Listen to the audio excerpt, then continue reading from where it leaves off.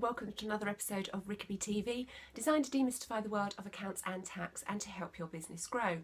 Now, this episode was going to be on a totally different subject, but last weekend I was lucky enough to visit the Entrepreneurs Convention at the ICC, and I heard a presentation that I have to say was probably one of the best I've ever heard. It's a lady called Debra Searle who set out to row the Atlantic with her then husband.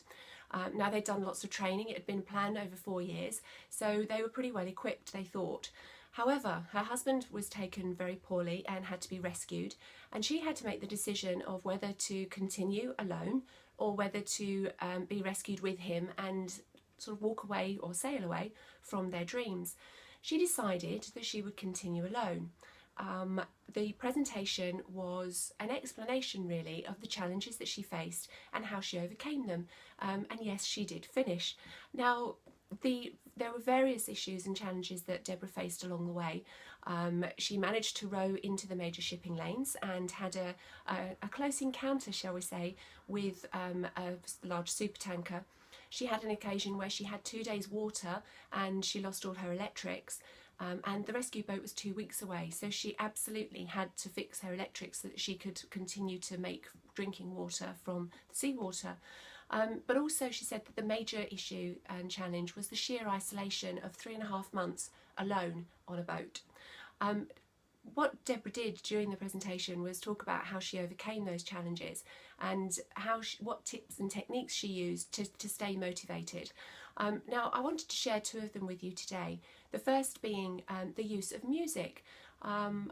Debra had a top 10 of tunes that she found would give her the lift that she needed when she needed it most.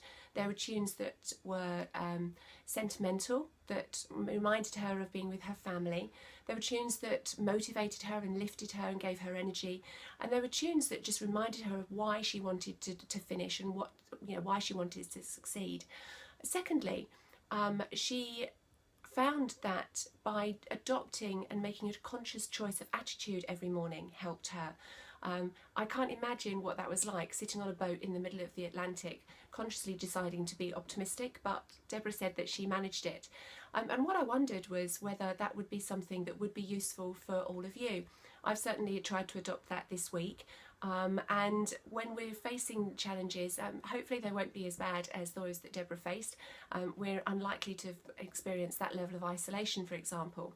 But when we've got a big presentation or a difficult conversation, or just when the to-do list seems to be overwhelming, it might help to have a couple of those techniques in reserve.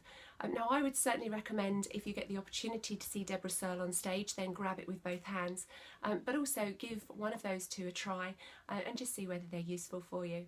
Anyway, I'll leave you with those thoughts and I'll see you very soon.